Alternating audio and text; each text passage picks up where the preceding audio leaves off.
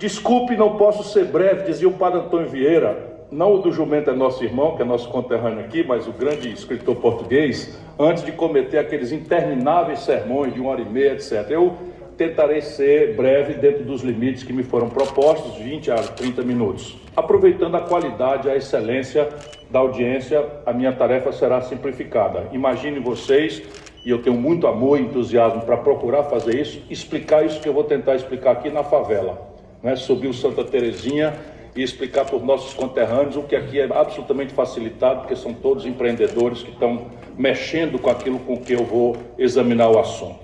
Puxo primeiro uma lição da história, que eu tenho chamado para chamar a atenção dos jovens que estão muito desencantados, muito amedrontados, muito descrentes da política, que é a linguagem da democracia, e com o futuro do Brasil. O Brasil, entre 1930 e 1980, eu repetirei isso quantas vezes eu posso e seja necessário, foi o país grande que mais cresceu na história do capitalismo mundial. 50 anos, não é trivial, não foi um acidente, não foi um voo de galinha. Durante meio século o Brasil cresceu 6,7% ao ano. Tudo dava certo no Brasil. Na economia, nós saímos do zero para virar a 15ª economia industrial do planeta Terra. Ali em 1980, quando esse ciclo extraordinário aconteceu, só para lhes dar um dado, a China era aqui. O produto industrial brasileiro era 6 vezes o produto industrial da China na mesma data. Nós também fomos bicampeão mundial de futebol, 58 e 62, no auge desse modelo, com Juscelino Kubitschek. Encantamos o mundo com o cinema novo, com a bossa nova. Não é? Fomos campeão mundial de tênis com a Esther Bueno, campeão mundial de boxe com o Éder Joffre. Tudo dava certo, mais ou menos assim como está acontecendo com o Ceará, né? 150 vagas do ITA, 62 são do Ceará e a Miss Brasil é do Ceará. Então aqui, né, praticamente tudo está dando certo em todas as áreas, o que não quer dizer que não tenhamos gravíssimos problemas e desafios por superar. Ora, em 1980, o Brasil perde esse pulso. E é importante a gente refletir, porque as causas do nosso problema estratégico, não duvidem, estão ancoradas aí.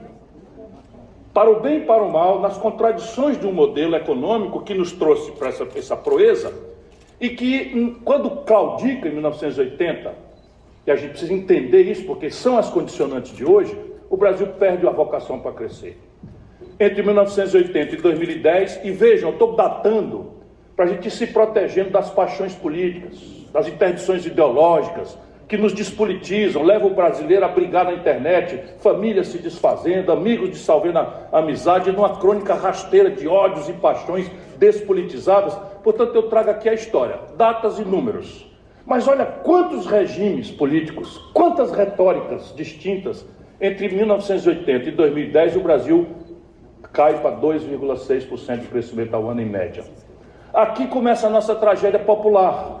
Por quê? Porque se o país cresce, a demografia ainda hoje, há uma razão de 1,7%, mas lá nos anos 80 a gente ainda crescia 3, 4% da população, a renda por cabeça começa ou a empatar no 0 a 0 ou a declinar, e assim começa a tragédia social que nós conhecemos hoje e cujos números são os piores da nossa história. Porém, meus compatriotas, irmãos cearenses, o grave é o que acontece de 2010 a 2020, antes da pandemia. O Brasil, quaisquer que sejam as suas ideologias e paixões políticas, processem esses números, esses dados, raciocinem com a sua própria inteligência. O Brasil, entre 2010 e 2020, pela primeira vez, digo, em 120 anos de história anotada, cresce zero. Aquilo que nós chamamos nos anos 80 de década perdida, na verdade é uma década trágica entre 2010 e 2020. Estão aí PT, 6 anos, Michel Temer, que o Lula trouxe na vocação para conchavos inexcedíveis, sem escrúpulo, que está fazendo de novo a mesma coisa para a sucessão, 2 anos, e o Bolsonaro, de quem se cobra tudo, se bate forte, se não se tolera, não se perdoa, eu sou um dos tais. O Bolsonaro é responsável por 2 dessas tragédias dos 10 anos. Não estou fazendo aqui nenhuma provocação, estou pedindo uma reflexão. Ora, se a bandeira era encarnada, passa a ser azul, depois passa a ser verde e amarela, a retórica é mais distinta, o que explica essa tragédia não é a retórica política. Eu quero crer, e a minha tese hoje na nossa conversa, é que o Brasil não está sabendo resolver não só o seu modelo econômico, como o seu modelo de governança política. Aqui estão as causas estratégicas. E, portanto, 2022 não pode ser uma disputa apaixonada, despolitizada, absolutamente alienante, deseducadora do povo brasileiro, porque a crise agora tomou conteúdo estratégico definitivo. Se há um tempo na história brasileira em que nós somos ameaçados, inclusive pelo constrangimento internacional sofisticado que a disruptura tecnológica está produzindo, de sermos uma ex-nação, este é o tempo.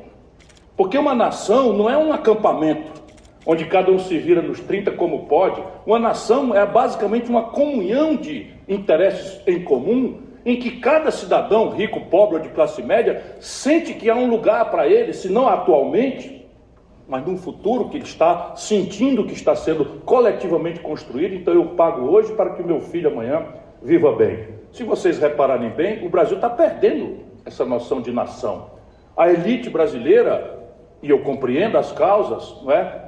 Tem 240 bilhões de dólares hospedados no estrangeiro, declarados no Banco Central. E não é para menos, a autoridade econômica mais importante do governo Lula, que foi quem formulou a gestão desse modelo herdado do Fernando Henrique, o Meirelles, tem o seu patrimônio em paraíso fiscal. E hoje o Paulo Guedes e o Campos Neto, presidente do Banco Central, as autoridades encarregadas de cobrar imposto e de vigiar a taxa de câmbio, guardam o seu no paraíso fiscal. Por quê? Porque estão vendo a nossa taxa de câmbio, a volatilidade que tem, e a dívida pública galopar aceleradamente para a iliquidez. Todo mundo pode fazer de conta que não viu, mas os ricos no Brasil perderam 35% da sua fortuna, se nós contabilizarmos desvalorização cambial com queda do ano 2021. Foi a moeda que mais se desvalorizou no mundo. E a renda fixa, pela primeira vez em 30 anos de plano real, perdeu para a inflação, como ainda hoje está apanhando para a inflação. Portanto, até os ricos, se não percebem, é um problema de intoxicação ideológica, não estão ganhando ou estão perdendo. Claro que isso eu estou falando de grandes números.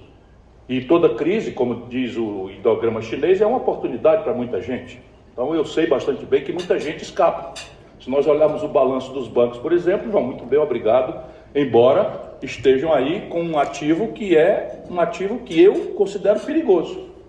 Quer dizer, você tem uma dívida pública que galopa para 7 trilhões de reais, em que 26% vence em dias, a gente sabe o que é que isso representa, como matéria de confiabilidade. Por isso que o Brasil é o país que mais tem fuga de capital, e que só é atenuada quando você arbitra a taxa de juros lá fora da curva do mundo, como de novo está acontecendo, para atrair dólares voláteis de curto prazo e artificializar uma taxa de câmbio que é popularesca, porque permite as pessoas acreditarem que é mais barato ir para Miami do que vir para Fortaleza saindo de São Paulo.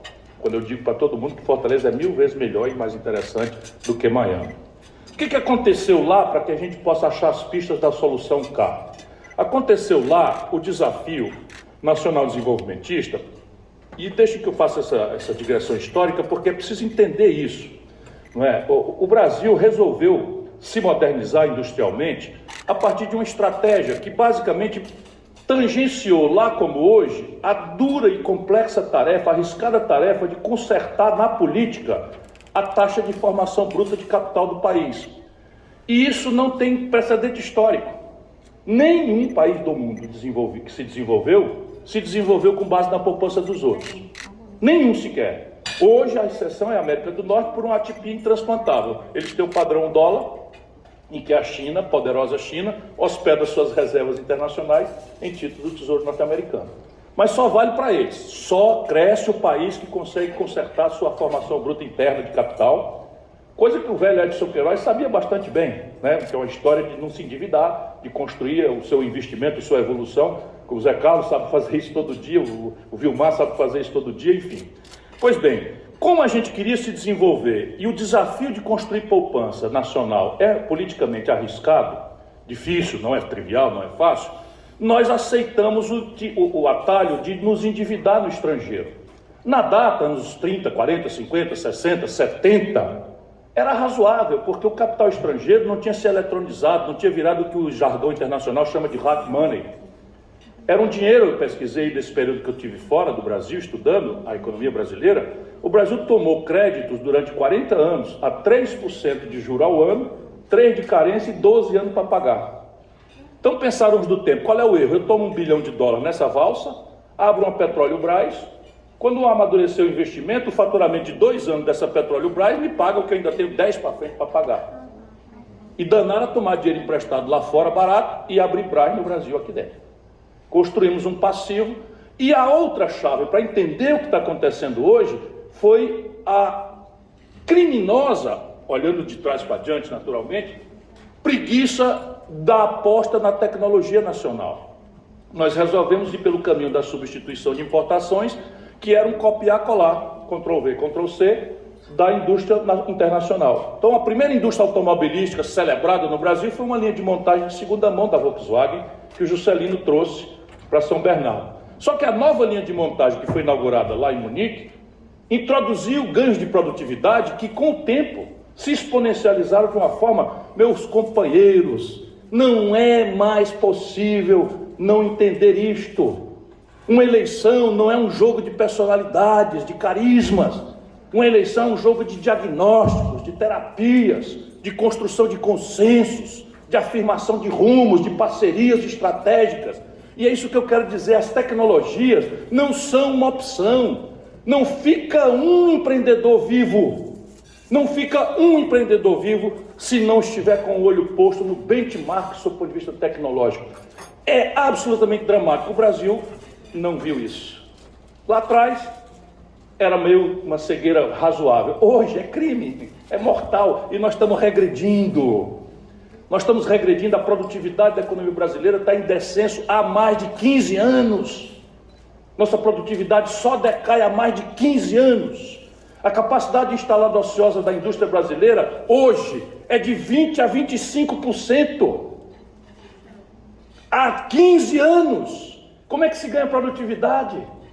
Como é que se vai acreditar que haverá investimento num país em que a indústria estabelecida não remunera a taxa interna de retorno, porque está com 20% a 25% de capacidade instalada ociosa há 20, 15 anos? Por que a Ford estava há 54 anos e foi embora? Por que a Sony estava há 40 anos e foi embora?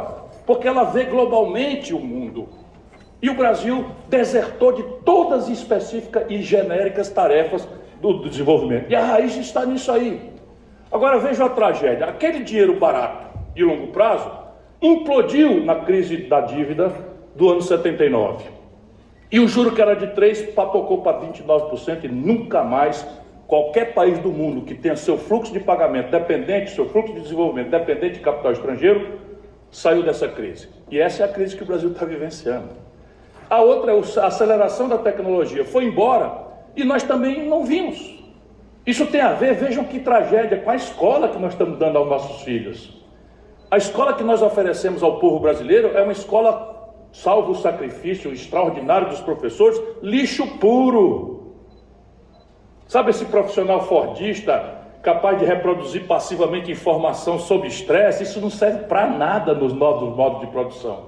Eu preciso hoje de um profissional que seja treinado para perguntar, que saiba associar informações universalizadas no Google e, ao associar essas informações existentes, criar uma informação nova, a inovação, e praticá-la nos modos de produzir e trabalhar. Isso tem a ver com paradigma pedagógico, como é que a gente ensina matemática, qual é a jornada diária da criança na escola, coisas que nós no Ceará estamos vendo acontecer e que o Brasil está na contramão completa de tudo isso.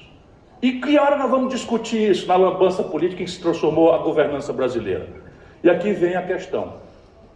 O modelo de governança econômica do país pega essa debacle e você tem um problema político na data que deformou a liderança que nós temos hoje. Qual era o problema político? Uma ditadura. Então os líderes, simbolicamente, vou chamar Fernando Henrique e Lula. Os dois, eu já estava lá, jovem deputado estadual, nós olhávamos para os problemas do Brasil e botávamos a culpa na ditadura. Não interessava para nós dourar a pílula, relativizar que tem um problema porque o petróleo teve um choque em 73, porque houve uma disruptura do mundo financeiro, quando os americanos desertaram do padrão ouro, para não sei o que e tal. Não interessa, para nós a culpa é da ditadura. Devolva a democracia, que deixa que eu chuto, vai dar tudo certo. Eu sabia que isto era tático, e eu compreendo, nós precisamos restaurar a democracia no Brasil, mas o Lula e o Fernando Henrique acreditaram. E aí você tem toda uma geração de políticos que não tem compromisso em refletir, em estudar a economia política. Tudo é a lambança política, é o poder pelo poder, é a reeleição a qualquer preço, e o país não consegue mais ver. Enquanto isso, o mundo manda uma resposta europeia, num primeiro momento britânica, para construir a solução econômica na sequência da debacle do Estado soviético. A morte do comunismo, do marxismo-leninismo, a queda do Muro de Berlim, anuncia para a Europa, né, uma novidade. Qual é a novidade? É a emergência de um produto industrial dramaticamente competitivo que vem do Oriente, desonerado da cunha fiscal que era paga pelos europeus para financiar o estado de bem-estar social, porque eles eram palco da Guerra Fria. Lá como hoje. Vocês estão vendo, a humanidade está atravessando uma transição grave, porque não vai ter guerra na Ucrânia. A guerra está acontecendo por outros argumentos. E é que a Europa depende de um gasoduto, que a Rússia, e somente a Rússia pode fazer, e a Rússia, com esta chave, está dissolvendo o pacto tradicional eurocêntrico das colônias, em que a prevalência norte-americana e dos seus interesses é fato do passado. Não é que vai ser rápido, mas é o que está acontecendo de verdade. Então veja, no Brasil, a resposta foi copiada dos ingleses. Ora, se eu fosse um inglês, eu entenderia perfeitamente. Eu tenho um produto industrial, em que eu reinava sozinho, sob o ponto de vista de maturidade tecnológica, ou sob o ponto de vista da minha exploração imperial colonial, no universo. Imagina, a Índia era uma colônia inglesa, e agora aparece um produto que vem do Oriente, com a carga fiscal de 12%, 14%, 15%, 17%, enquanto a minha está em 48%, 50%.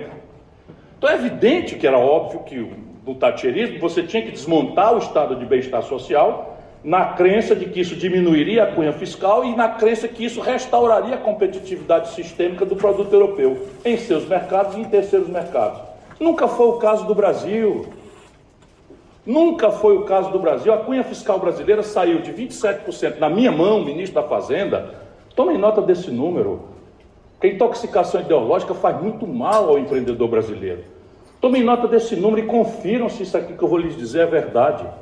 O príncipe da elite brasileira, Fernando Henrique, pegou a carga tributária do Brasil, meus companheiros, em 27% do PIB. Em 8 anos, entregou com 32,5% do PIB, foi a mais cavalar alta de impostos da história do capitalismo mundial, contada no prazo. Mas isso é só o fluxo. No estoque, o Fernando Henrique tomou a dívida brasileira bruta em 38% do PIB, brincando de juro alto para falsear a taxa de câmbio, para facilitar a reeleição e a demagogia, episódio que o Lula repete, quebrando o país, lá como hoje, e a Dilma repete e quebra de novo, é o mesmo filme. A dívida brasileira saltou da minha mão, 500 anos de história, de Pedro Álvares Cabral e Itamar Franco, sabe para quanto? 78% do PIB em 8 anos. Isso são números. E tem mais, nós desmobilizamos na mesma data 100 bilhões de dólares de ativos estatais, perfeitamente consensados em telefonia, distribuição de energia elétrica, mineração, tipo Vale do Rio Doce. Vendemos tudo isso. Vejam a ruína de um modelo. Vendemos 100 bilhões de dólares de patrimônio, que a câmbio de hoje seria 515 bilhões de reais. Aumentamos a carga tributária de 27% para 32,5% do PIB e explodimos a dívida pública de 38% para 78% do PIB. Isto se vendeu, sabe com que nome? Até hoje, responsabilidade fiscal. Sabe quantos dias de déficit seu conterrâneo aqui tem? Tendo a honra de ter lhe servido aqui como prefeito, tomei a cidade de Fortaleza com 3 meses de funcionalismo atrasado. Nunca houvera se pago o 13º salário ao servidor de Fortaleza. Toda a receita corrente de Fortaleza só pagava 80% de uma folha. E havia 3 prefeitos, 3 administrações que me antecederam com 4 meses de funcionalismo atrasado.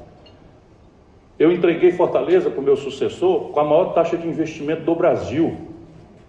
Não pratiquei um dia sequer de déficit. Depois fui governador, servi ao Cearense, recebi arrumada a casa do Tasso Gereissati, essa figura extraordinária, que foi sabotado porque seria o homem que iria mudar a história do Brasil. e foi sabotado no caminho de ser o natural presidente da República, outra ocasião lhes contarei os detalhes disso. Pois bem, recebi arrumada a casa com 22% de receita corrente líquida livre para investimento, a partir de 75% de uma folha, levava 100% da receita do Estado. Governei com 36,5% de receita corrente líquida livre para investimento, e fui ao mercado, deve ser a primeira vez em território cearense que eu falo isso.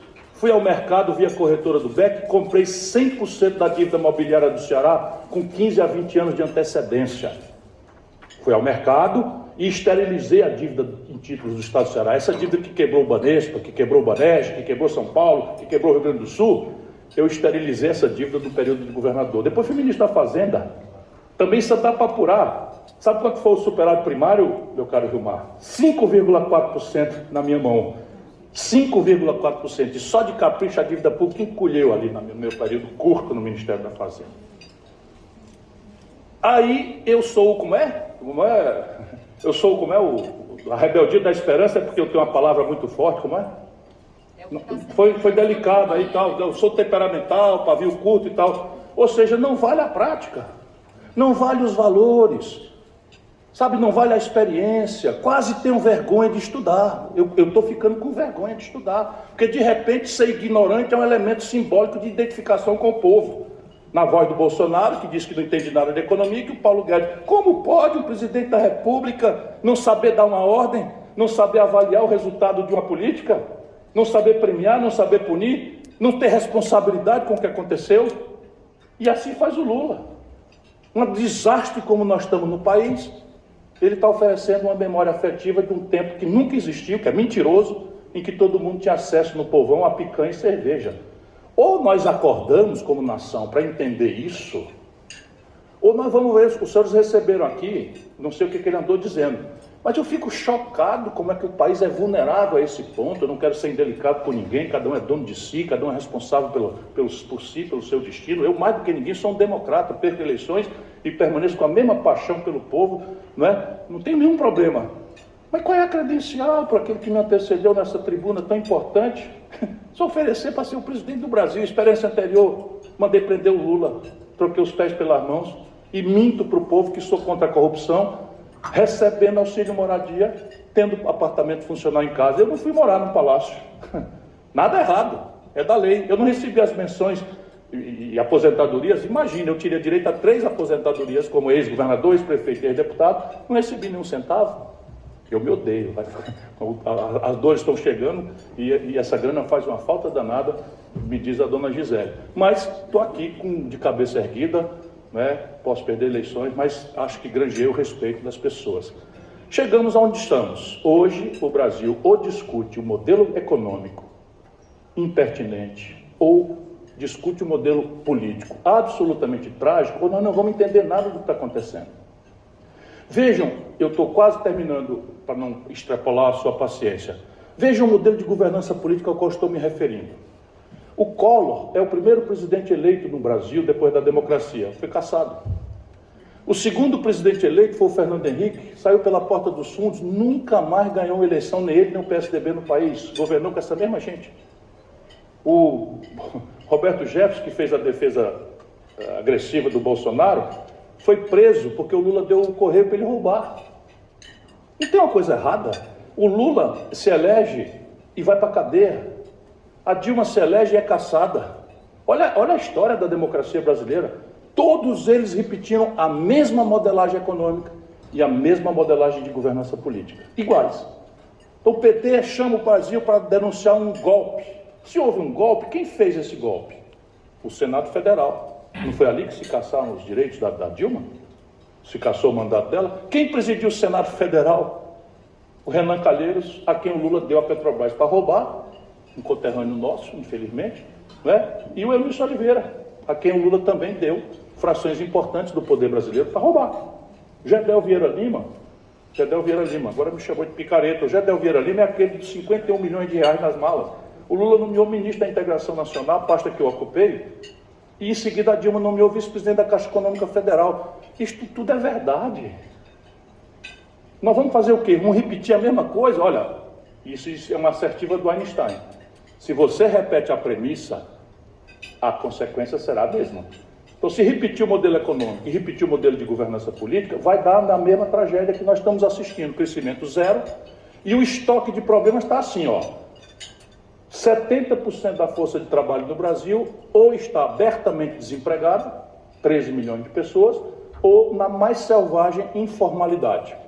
O que significa essa soma macabra de desemprego aberto e informalidade selvagem? A renda, que é a ferramenta do capitalismo moderno, que é o consumo de massa, despencando. O sintoma é o salário mínimo brasileiro, que só perde para o da Venezuela. O salário mínimo do Brasil só perde para o da Venezuela, que também é um estado decadente que o Lula defende.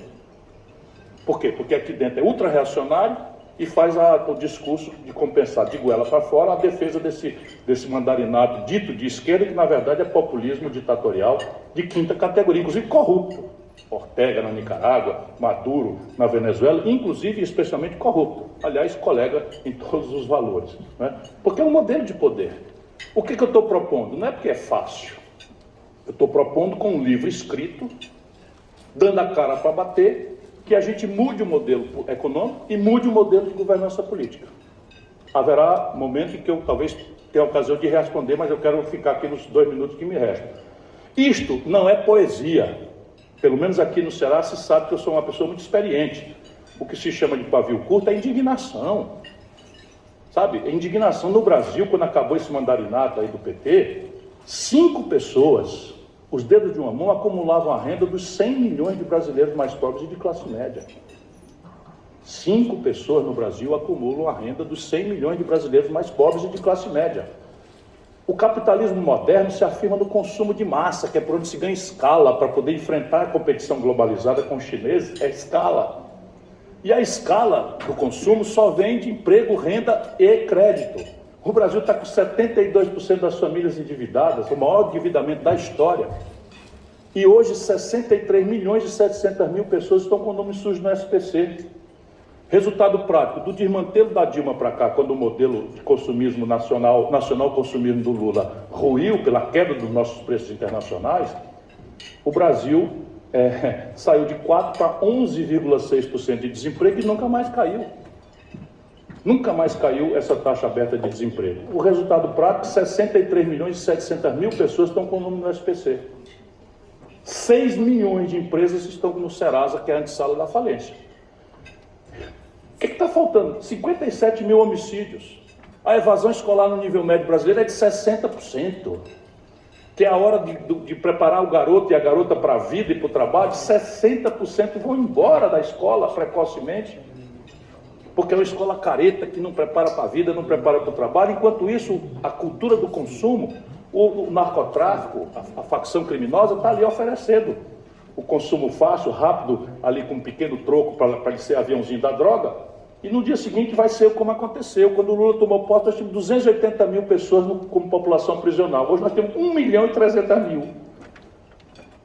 Porque a política é de encarceramento dos jovens pobres negros da periferia. E quando eles são pegos pela primeira vez, sem ter cometido violência nenhuma, entram na universidade do crime que os presídios brasileiros se transformaram. Cada um deles dominado por uma facção criminosa, com uma absoluta e orgânica conexão com setores da polícia, que avançam pela impunidade, pela falta de inovação institucional, pela falta de zelo com que a política brasileira descomprometeu-se de tudo que é sério, se lançaram na política. Então agora as polícias têm gente nos partidos políticos disputando o poder político. E vejam bem, facção criminosa, narcotráfico, tudo está conectado e se entranhando nas instituições. E pior, ganhando eleições. Eu vim propor aqui que esse debate seja o que nos qualifique. A gente não precisa concordar comigo. Eu queria pedir voto a vocês. Haverá ocasião que eu vou voltar aqui e pedir o voto. Mas, por enquanto, por favor, pelo amor de Deus, obriguem todos os candidatos e candidatas a refletir sobre esses assuntos. Não é possível que 2022 seja um grande protesto contra o Bolsonaro, votando no Lula, porque 4 anos atrás houve um grande protesto contra o Lula e o PT votando no Bolsonaro. Vocês estão percebendo? 70% do eleitorado de São Paulo, do Rio, de Minas, do Rio Grande do Sul, do Paraná, votaram no Bolsonaro. E não foi porque o Bolsonaro tinha uma obra, uma proposta, nada. Votaram para protestar contra a crise econômica mais grave da história do Brasil, produzida pelo Lula e pelo PT, com um escândalo novelizado de corrupção, que pode até tido, o Lula não ter tido, como não teve o devido processo legal, mas a corrupção, acredito, eu estava lá e vi, rompi e me afastei por isso. Foi transformada pelo Lula numa ferramenta central do modelo de poder no Brasil. Ou a gente muda isso, ou nós estamos arriscados, volto a dizer, a ser uma nação. E o Brasil tem tudo para ser o oposto, uma nação para o mundo inteiro admirar e elogiar. Muito obrigado por sua atenção.